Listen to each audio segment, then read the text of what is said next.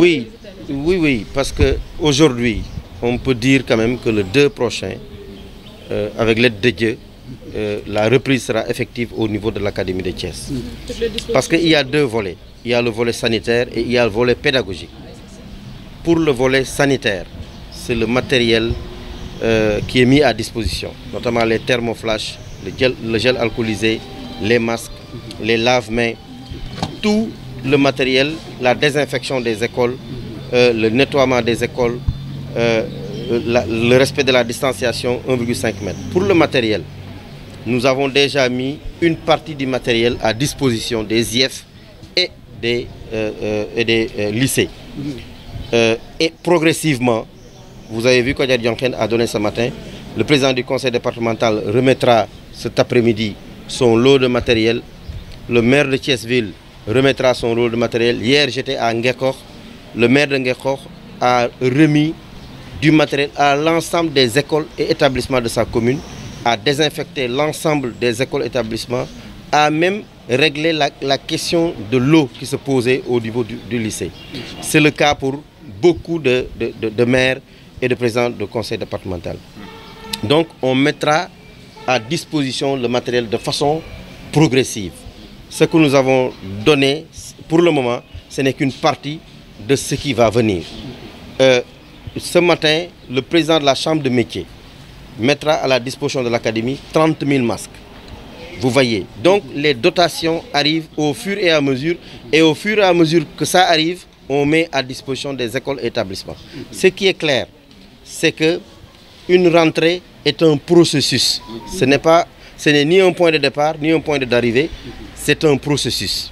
C'est tout un ensemble de stratégies, de dispositifs, de matériel qu'il faut mettre en place avec les ressources humaines pour que tout marche. Le dispositif sanitaire sera disponible. Sur le plan pédagogique, les chefs d'établissement avec qui j'ai tenu des rencontres, les proviseurs, les IF, ont réorganisé les salles de classe pour respecter les 20 élèves par salle de classe et avec zigzag pour que les élèves ne créent pas des regroupements. Ils ont revu les emplois du temps. Tout est fin prêt également sur le plan pédagogique. Maintenant, il faudrait que tout le monde se mobilise. Et effectivement, tout le monde s'est mobilisé. Vous voyez les organisations syndicales, le G7 qui est là, avec qui je partage aussi. Vous voyez les organisations de la société civile. Ils sont dans le comité régional mis en place par le gouverneur. Il y a aussi les services techniques, notamment le service d'hygiène, qui désinfectent l'ensemble des écoles et établissements.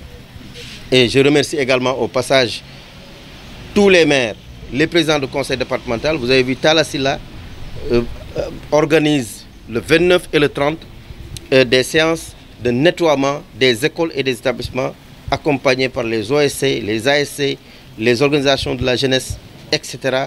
Parce que l'école, c'est l'affaire de la communauté. L'école, ce n'est pas l'affaire de l'État. Il faut que les gens arrêtent de dire l'État fait, mais aux côtés de l'État, c'est la communauté. Moi, je ne peux pas comprendre que dans un quartier, et ce n'est pas le cas à Thiès, que dans un quartier, que la communauté attende l'État pour nettoyer une école. Or, ce sont les enfants de la communauté qui vont dans cette école-là. Il y a des jeunes qui sont dans le quartier qui peuvent nettoyer en attendant que l'État vienne désinfecter. Dans le quartier, il y a de bonnes volontés qui ont la possibilité de mettre dans la poche pour acheter des masques pour les enfants, etc. etc. C'est pourquoi le président de la République avait lancé aux côtés de l'État pour que tout le monde se mobilise. Et la précision que je voudrais faire encore une fois, c'est que le Sénégal n'est pas un pays isolé. Le Sénégal se trouve dans un monde qui est aujourd'hui un village planétaire avec la mondialisation. Ce qui se passe aujourd'hui au Sénégal, relativement à la reprise des cours, mais c'est ce qui se passe dans d'autres pays. Si aujourd'hui on se croise les bras, on dit les enfants restez chez vous. C'est vrai, la vie n'a pas de prix, mais il est démontré que cette frange-là n'est pas exposée. Il faut que donc que nous tous, que nous prenions en main l'avenir des enfants. Moi je connais, pour avoir vécu l'année blanche et l'année invalide. Il y a des gens dans notre promotion à l'université qui étaient très brillants, je vous jure, très brillants, qui sont laissés en rade parce que lorsque nous avions fait la seule session, il y en a qui, pour 0,5 points ou quelques points, n'ont pas pu reprendre, on les a exclus définitivement. N'est-ce pas? Mais cette génération-là a déjà fait le premier semestre pour le moyen secondaire, les 2 trimestres pour l'élémentaire. On avait même entamé le second semestre. Est-ce que donc on va jeter tout cela pour faire en sorte que les enfants ne fassent pas les examens du CFE, du BFM et du baccalauréat? C'est l'affaire, c'est votre affaire, vous, en tant que journaliste. C'est l'affaire de Kadior Diankhen, c'est l'affaire des syndicalistes, c'est l'affaire du parent d'élève. Le parent d'élève, c'est le premier d'ailleurs. C'est Saint-Augustin qui disait, le nouveau parent est indigne de l'objet de son éducation.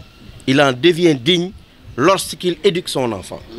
C'est-à-dire que le parent qui se plaît lorsque son enfant naît est indigne de cet enfant-là.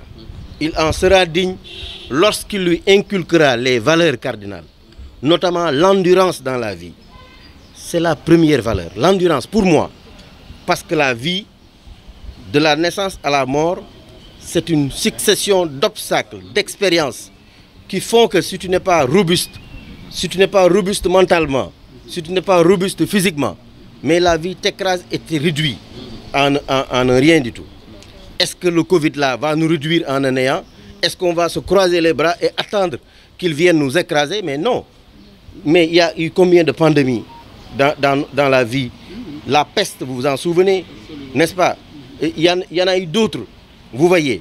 Et la vie va continuer encore. Il y aura encore et encore des obstacles. Mais c'est à nous, êtres humains, dotés d'intelligence. Parce que l'intelligence se définit simplement par la capacité à s'adapter. Si on ne s'adapte pas, on mourra. Donc c'est à nous d'aller vers des critiques très positives pour dire ça ne marche pas ici, mais si je fais ceci, ça va marcher. Mais l'objectif, il est unique. C'est aller vers la reprise.